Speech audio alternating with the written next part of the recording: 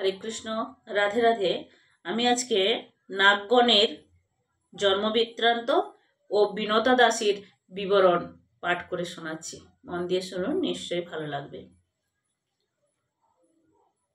সনক বলেন পুনর লোমাসের স্থানে, দেবদত্ত নাগপক্ষী হইল কেমনে।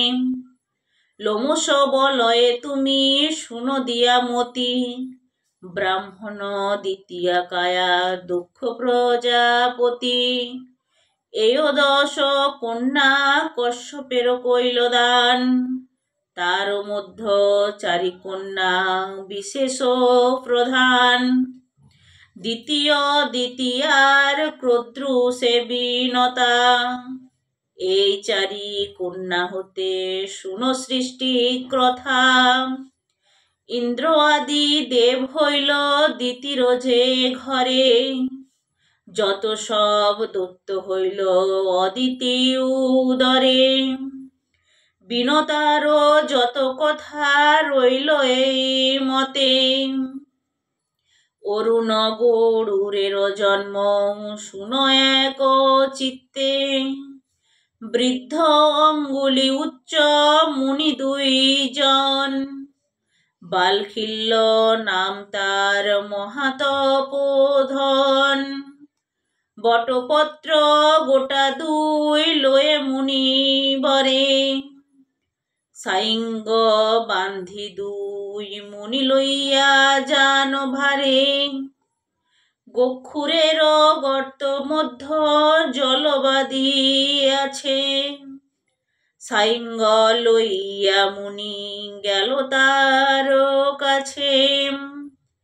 খাইয়া দেন মুনি খাটিয়া হইতে পারে, ভাবিয়া চিন্তিয়া মুনি দিলে কোষাতার।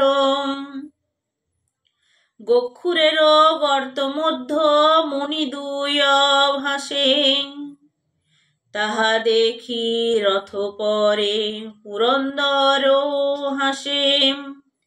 সাতারিয়া 2 মুনি উঠিলে পারে, মহাযজ্ঞ আরম্ভিল ইন্দ্র নাচিবারে। মুনি বলে আমা ইন্দ্র কইল উপহাস, হেন যজ্ঞ করিয়া জি ইন্দ্র হইবে নাশ। ইন্দ্রে শাপ পাইবে করি শুনো প্রজাপতি, দেবগণে লয়ে ব্রহ্মা মুনিরে করে স্তুতি। সুকবি নারায়ণ দেবের সুরস পাঁচালী, মুনির সংবাদে বলে এক না ছাড়ি। চতুর্দিকে বেদধ্বনি বলে বালখিল্য মুনি, ব্রহ্মা যে লাগিল স্তুতিবারে। দোষ কইল পুরন্দরে শাপ না দিল তারে, যদি দয়া থাকে আমারে। ব্রহ্মা বিষ্ণু মহেশ্বর যম শনি পুরন্দর, কুবের বরুণ আদি করি করজোড়ে স্তুতি করে মুনির কোপ খণ্ডাবারে। সবই বলয়ে হস্তে ধরি, কোপ করিয়াছে মুনি না শুনে দেবীর বাণী। মন্ত্রেও পড়ে অতিরোষে, বেদ মন্ত্র পড়ে চোটে যজ্ঞ হতে ডিম্ব ওঠে।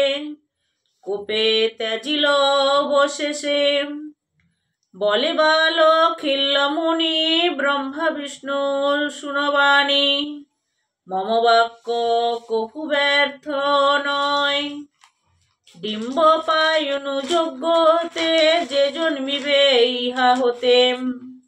তার হস্তে ইন্দ্রের পরাজয়, ডিম্ব ভসাইয়া জলে দেবগণ ঘরে চলে।